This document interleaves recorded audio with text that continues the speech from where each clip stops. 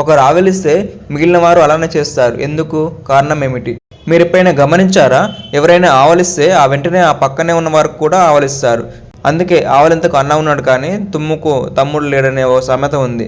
అయితే ఆవలించడం అనేది మనమందరం అనుభవించే ఒక సాధారణ శారీరక ప్రక్రియ. ఇది నిజంగా వైరల్ వ్యాధినా అంటే సమాధానం లేదు.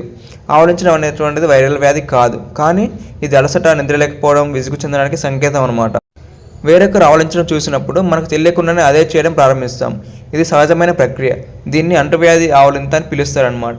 దీనికి కారణం మెదడులో ఉండే మిర్రర్ న్యూరాన్లు. ఇది ఇతరుల చర్యలతో పాటు భావోద్వేగాలను అలాగే తీసుకోవడంలో సహాయపడుతుందన్నమాట. ఈ ప్రక్రియలో ఎవరైనా ఆవలిస్తున్నట్లు చూసినప్పుడు మన మెదడు దానిని అనుకరించడానికి ప్రయత్నిస్తుంది. దీంతో మనకు కూడా ఆవలింత వస్తుందన్నమాట.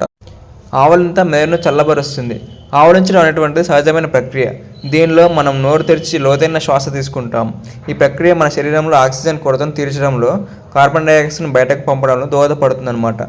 అంతేకాకుండా మన మెదడును చల్లగా ఉంచడానికి ఆవలింత ఒక మార్గం. ఒక వ్యక్తి ఆవలిస్తే తరచుగా అతని చుట్టూ ఉన్నవారు కూడా ఆవలించడం ప్రారంభిస్తారు. ఈ ప్రభావం సామాజిక, మానసిక కారణాల వల్ల సంభవిస్తుందన్నమాట. మన మెదడులోని మిర్రర్ న్యూరాన్ల వల్ల కలుగుతుందని శాస్త్రవేత్తలు విశ్వసిస్తున్నారు.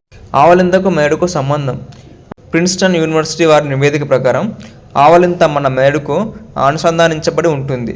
మనం పని చేస్తున్నప్పుడు మన మెదడు మరింత చురుకుగా మారినప్పుడు అది వేడెక్కుతుందన్నమాట. దీంతో ఆవలింత మెదడును చల్లబరుస్తుంది. ఇది శరీర ఉష్ణోగ్రతను నియంత్రించడంలో సహాయపడుతుందన్నమాట. ఇక ఆవలింత సమయంలో లోతైన శ్వాస తీసుకోబడుతుంది. దీని కారణంగా ఎక్కువ ఆక్సిజన్ మెదడుకు చేరుకుంటుందన్నమాట. తద్వారా శరీరాన్ని చల్లబరుస్తుంది. అయితే శీతాకాలంలో గాలి చల్లగా పొడిగా ఉన్నప్పుడు శరీరానికి ఎక్కువ ఆక్సిజన్ అవసరం అవుతుంది. అందువల్ల శీతాకాలంలో ఆవలింతలు ఎక్కువగా వస్తాయన్నమాట. ఈ ప్రక్రియ శరీరాన్ని చల్లగా ఉంచడంతో పాటు అవసరమైన ఆక్సిజన్తో అందించడంలో కూడా సహాయపడుతుంది అన్నమాట. చూసారు కదా ఆవలింత గురించినటువంటి కొన్ని వివరాలు.